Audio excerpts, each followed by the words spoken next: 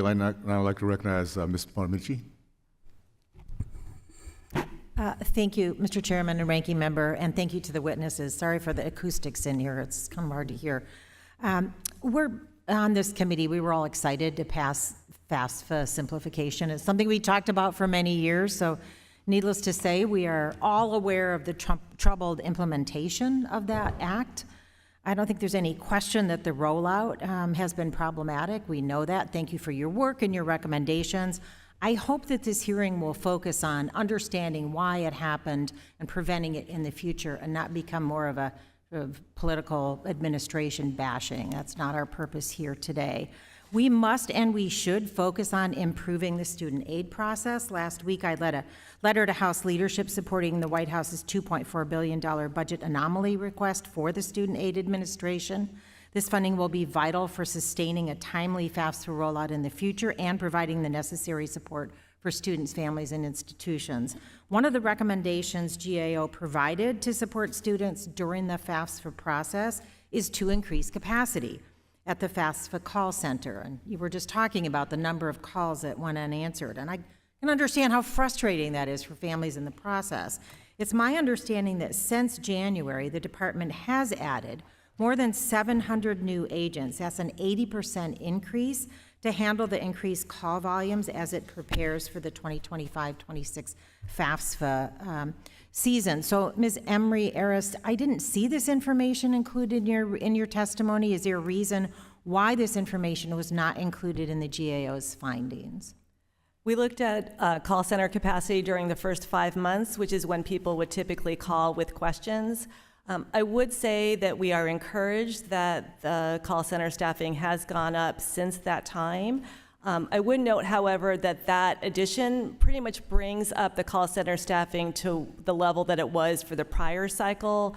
And again, the call demand this past year was more than double for that prior cycle. So while it's encouraging, it doesn't necessarily guarantee that there will be enough people to answer the phones this coming year. Understood, and you said it's encouraging, but has the increased call center capacity improved customer service for students and their families navigating this process?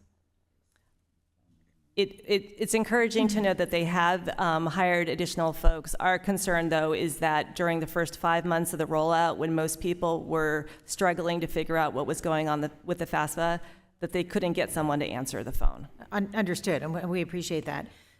So in May, Secretary Cardona announced some robust plans to modernize the Office of Federal Student Aid and its processes and structures. For example, FSA plans to develop a new IT innovation team to bring in critical expertise. So Mrs. Cruz-Kane, did GAO look into any of the modernization efforts for its study?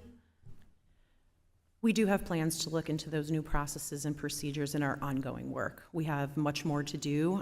Our preliminary findings were just those that we were able to look at in the short time that we've been doing the work. And were any suggestions for FSA leadership as they embark on this modernization included in your recommendations? Yes, so we do have a recommendation for the Department of Education's CIO to have a more defined role in the rollout, and also FSA's CIO to have more insight into the requirements, the testing, and the independent verification. Did you look at, it's my understanding there were 6 CIOs in the Department of Education recently. Did you look into any implications of that, what seems to be a pretty high turnover rate in that position in your report? We did not look into specific impacts, but recent GAO work that we've done, IT executives say that a CIO needs to be in place for 3 to 5 years to be effective, right, but also 5 to 7 years to implement a large-scale change such as this one. And I'll ask both of you kind of a big picture question. Obviously, there were technological complications. Was it the technological complications that added to this, or was it the turnover of staff, or just the size of the project? In the big picture, what all added up to make this, what we all agree was a pretty colossal fail out of the rollout happen? And with the focus on how we can improve it going forward. I think one of the big things was FAFSA underestimated the need for skilled workers. So they told us that the skilled workers that were needed to do the development were also deployed to different high-scale projects.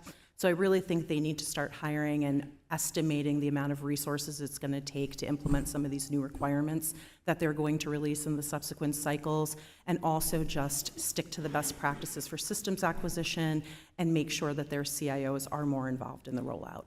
Thank you. And I'm almost out of time, or I am out of time, but maybe if you could submit your response to the record so I can yield back the balance of my time. Thank you, Mr. Chairman. Thank you. I'd like now to recognize Mr. Good. Thank you, Mr. Chairman. Thank you for both of our witnesses.